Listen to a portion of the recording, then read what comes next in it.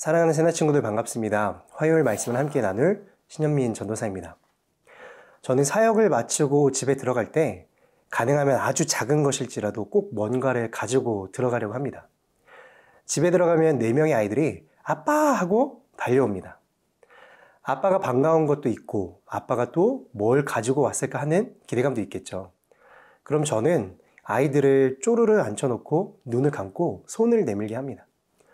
그때 기대감에 부풀어 있는 아이들의 모습을 보면 이루 말할 수 없는 기쁨과 행복이 제 안에 있습니다. 내일도 아빠가 또 뭐 가지고 올게 약속하면 아이들은 벌써부터 내일을 기대합니다. 그런데 예수님도 제자들에게 약속을 해 주셨습니다. 내가 선물을 줄게 라고. 오늘 살펴볼 주제는 선물을 공개합니다 입니다. 함께 본문 말씀 읽어보겠습니다. 오늘의 말씀은 사도행전 2장 1절에서 13절입니다. 마침내 오순절이 이르렀을 때 그들이 모두 함께 한 곳에 모여 있었습니다. 그때 하늘로부터 갑자기 급하고 강한 바람 같은 소리가 있었고 그들이 앉아있던 온 집을 가득 채웠습니다. 그리고 마치 불 같은 혀들이 갈라지는 것이 그들에게 나타나 그들 각 사람 위에 임했습니다. 그러자 모두 성령으로 충만함을 받고 성령께서 그들에게 말하게 하심을 따라 그들이 다른 방언으로 말하기 시작했습니다. 그때 세계 각 나라로부터 온 경건한 유대 사람들이 예루살렘에 머물고 있었습니다. 그런데 이런 소리가 나자 많은 사람들이 모였는데 각자 자기들의 언어로 제자들이 말하는 것을 듣고 모두 어리둥절했습니다. 그래서 그들은 놀라 이상하게 여기며 말했습니다. 보십시오. 지금 말하고 있는 이 사람들은 모두 갈릴리 사람들이 아닙니까? 그런데 우리가 각자 태어난 곳의 말로 듣고 있으니 어찌된 일입니까? 우리는 바데 사람들과 메데 사람들과 엘림 사람들이며 메소포타미아, 유대, 갑바도기아, 본도, 아시아, 부르기아, 밤빌리아, 이집트, 그리고 구레네에 가까운 리비아 지역들에 사는 사람들이며 로마로부터 온 나그네 된 유대 사람들과 유대교로 개종한 사람들이며 크레타 사람들과 아라비아 사람들인데 우리는 지금 저들이 말하고 있는 하나님의 큰 일들을 우리 각자의 말로 듣고 있습니다. 그러자 모든 사람들이 놀라 당황해 이것이 도대체 어찌된 일입니까? 하고 서로에게 말했습니다. 그러나 어떤 사람들은 그들이 새 술에 취했다라고 조롱하며 말하기도 했습니다. 1절과 2절 말씀 함께 읽겠습니다. 마침내 오순절이 이르렀을 때 그들이 모두 함께 한 곳에 모여 있었습니다. 그때 하늘로부터 갑자기 급하고 강한 바람 같은 소리가 있었고 그들이 앉아있던 온 집을 가득 채웠습니다. 오순절은 유월절 기간 첫 안식일 다음 날로부터 7주 후에 지키는 절기입니다. 즉 유월절 첫 안식일 다음 날로부터 50일째 되는 날이죠. 숫자가 나왔으니 계산을 한번 해볼까요? 예수님께서 언제 십자가에서 죽으시고 부활하셨나요? 유월절 기간입니다. 사흘 만에 부활하셔서 40일 동안 제자들을 가르치신 후 하늘로 올라가셨습니다. 그리고 하늘로 오르시면서 요한은 물로 세례를 주었지만 너희는 며칠 안에 성령으로 세례를 받을 것이다 라고 약속하셨습니다.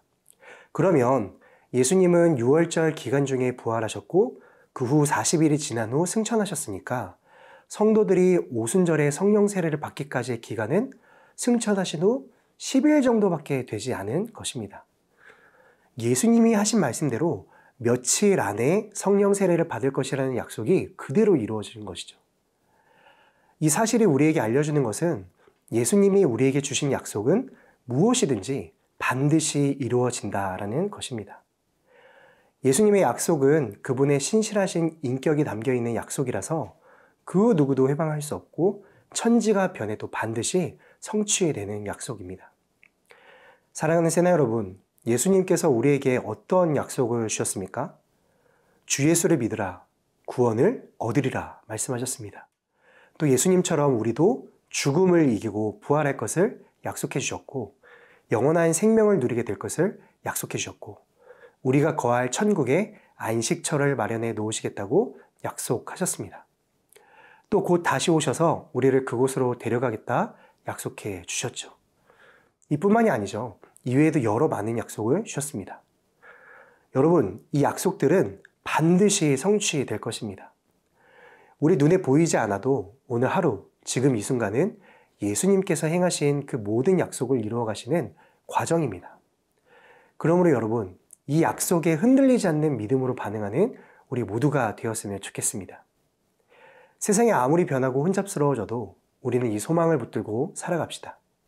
하나님의 약속은 반드시 이루어질 것을 믿으며 오늘도 힘써 함께 모이고 함께 기도하고 함께 찬양하고 말씀에 순종함으로 우리에게 약속하신 성령의 은혜를 바라보며 살아가는 모든 새나 친구들이 되기를 축복합니다.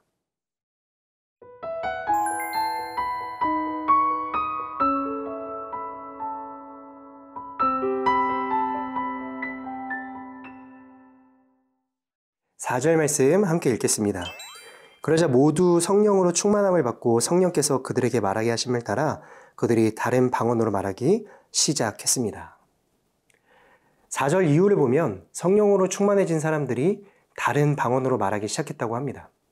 그런데 이 방언들은 사람들이 알아듣지 못하는 이상한 말이 아니라 당시 오순절을 지키기 위해 세계 각국에서 예루살렘으로 모여든 그 많은 사람들이 알아들을 수 있는 각 나라의 방언이었습니다.